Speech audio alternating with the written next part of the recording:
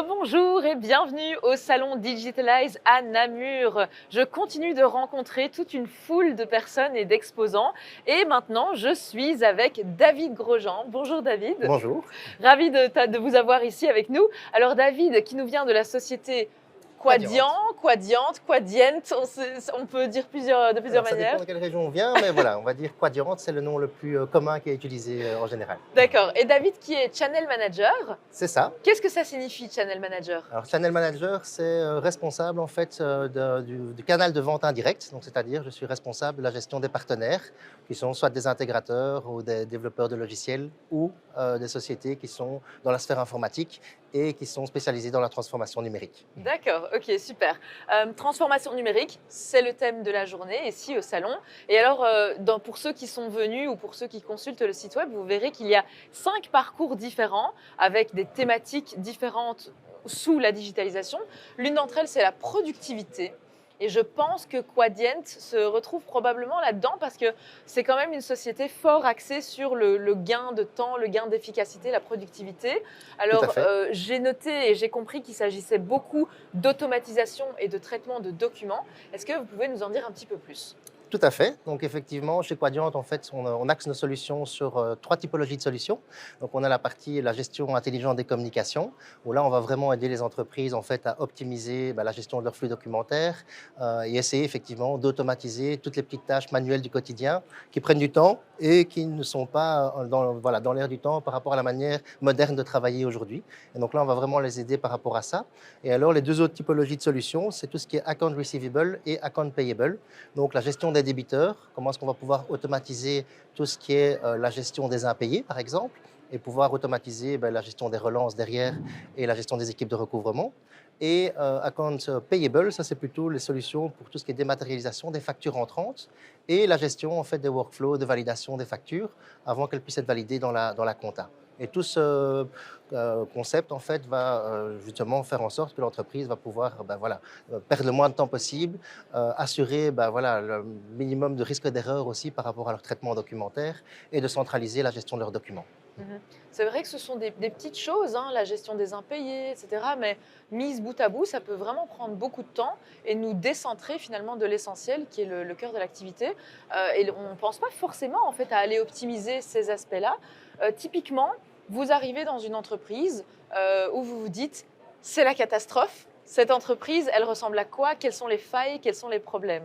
Alors, ce qu'on constate souvent dans les entreprises avec lesquelles on est en contact, c'est que il y a effectivement une manière de travailler où il y a encore beaucoup de choses qui ne sont pas centralisées, il y a encore beaucoup de choses qui sont gérées de manière manuelle, il y a encore beaucoup de perte de temps, que ce soit dans le traitement du courrier qui se gère encore dans beaucoup d'entreprises de manière manuelle en interne, que dans d'autres séries de choses, parce qu'ils travaillent avec des logiciels généralement qui ne sont pas toujours adaptés et qui ne permettent pas d'aller aussi loin que ce que les entreprises voudraient pour pouvoir travailler de manière efficace.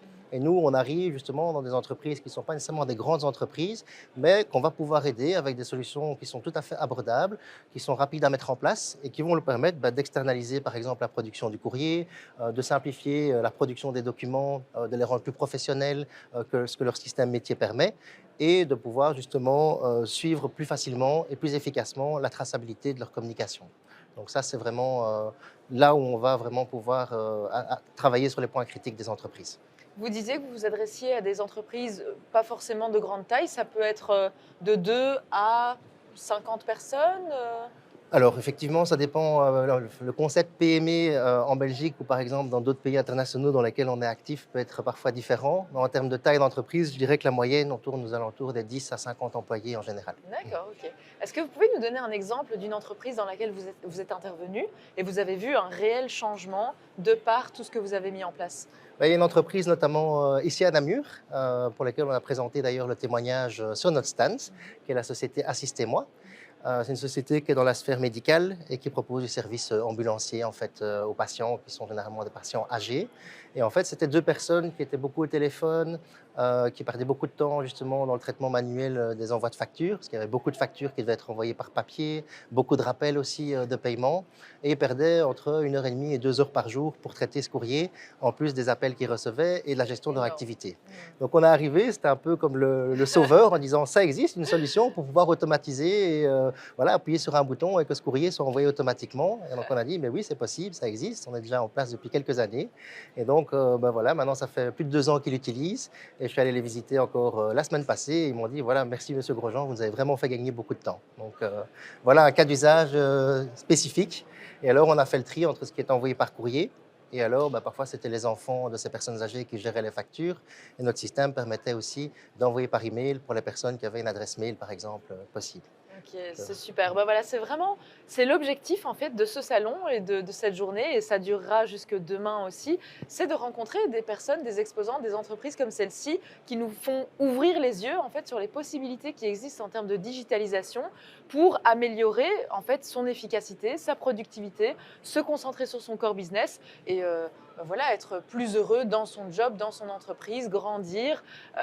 Voilà, c'était vraiment l'objectif. Donc, ravi d'avoir passé ce moment ensemble et d'avoir pu en apprendre davantage. C'était la première fois que vous participez au Salon Digitalize? Alors, ici à Namur, c'était la première fois. On a participé à Anvers l'année passée. J'ai l'impression que bah, ici à Namur, il y a un petit peu plus de monde en tout cas que l'année passée. Ok. Mais effectivement, c'est la première fois et c'était important pour nous d'être ici justement parce que voilà, c'est vraiment des chouettes initiatives. Et en plus, je dirais, pour nous, c'est une belle visibilité pour qu'on puisse connaître Quadient et voir comment on peut apporter des solutions au marché. Eh bien voilà, pour la visibilité, c'est chose faite. Merci à vous qui nous avez regardés et écoutés. On vous souhaite de venir rencontrer Quadient et puis d'autres exposants qui sont là aussi. Il y en a plus de 70. Il y a également plus d'une trentaine de conférences, beaucoup de monde, de partenaires potentiels à rencontrer. Ça se passe à Namur Expo. On se retrouve de l'autre côté.